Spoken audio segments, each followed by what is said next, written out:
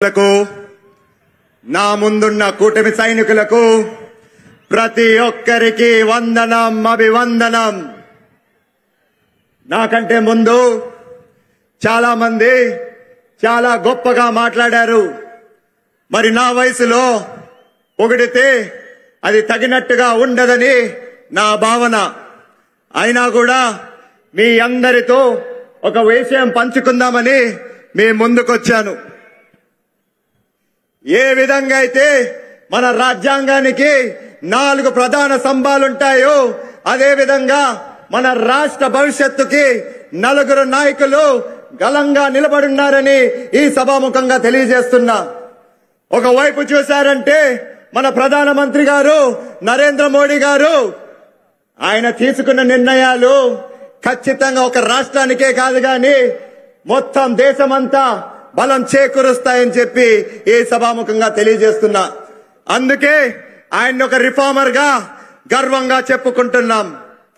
మరొక వైపు చూశారంటే మన చంద్రన్న గారు ఒక టెక్నోక్రాట్ గా ఒక విషనరీగా ఈ రాష్ట్రాన్ని రూపురేఖలే మార్చి తీర్చుతున్నాడు అని చెప్పి మరొక్కసారి గర్వంగా చెప్పుకోగలుగుతున్నాం.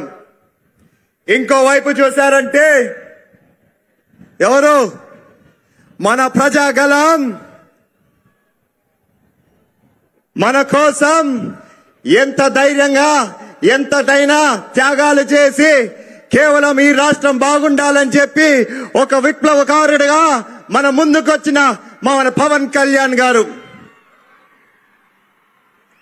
చివరికి మన 4వ స్తంభం మన యువ నాయకుడు, మన యువ కిరీటం, మన యువ శక్తి, మన భవిష్యత్తు దిశ చూపిస్తున్న నాయకుడు మన నారా లోకేష్ గారు. మరి మీరందరూ గమనించే ఉండింటారు, వీరు గాని లేకపోతే ఖచ్చితంగా మన రాష్ట్రం కుప్పకూలిపోతుంది, మన భవిష్యత్తు చీకటిలో మునిగిపోతుంది. నేను అడుగుతున్నా ఈరోజు మీరందరినీ, ఎందుకు మన యువత ముందుకు రావట్లేదు? నేను ఈరోజు పిలుపిస్తున్నాను. ఖచ్చితంగా మన యువత ముందుకు రావాల్సిండేదే, కష్టపడాల్సిండేదే. ఎన్నికల ముందు ఖచ్చితంగా మన కూటమి ప్రభుత్వం వచ్చాక 20 లక్షల ఉద్యోగాలు కల్పించాలని చెప్పి లక్ష్యంగా పెట్టి ముందుకొచ్చింది. మరి ప్రభుత్వం ఏర్పడినాక కేవలం 15 నెలల్లోనే 20 లక్షలు కాకపోయినా 11 కోట్ల లక్షలతో పెట్టుబడులు తెచ్చి 11 లక్షల ఉద్యోగాలు కల్పించారని గర్వంగా ఈ సభాముఖంగా తెలియజేస్తున్నా. అదే కాకుండా మీరు మెగా డిఎస్సీ అని చూశారంటే దాదాపు 16,000 ఉద్యోగాలు కల్పించారు. అదే విధంగా 6,000 పోస్టులు పోలీసు ఉద్యోగాలు కల్పించారు.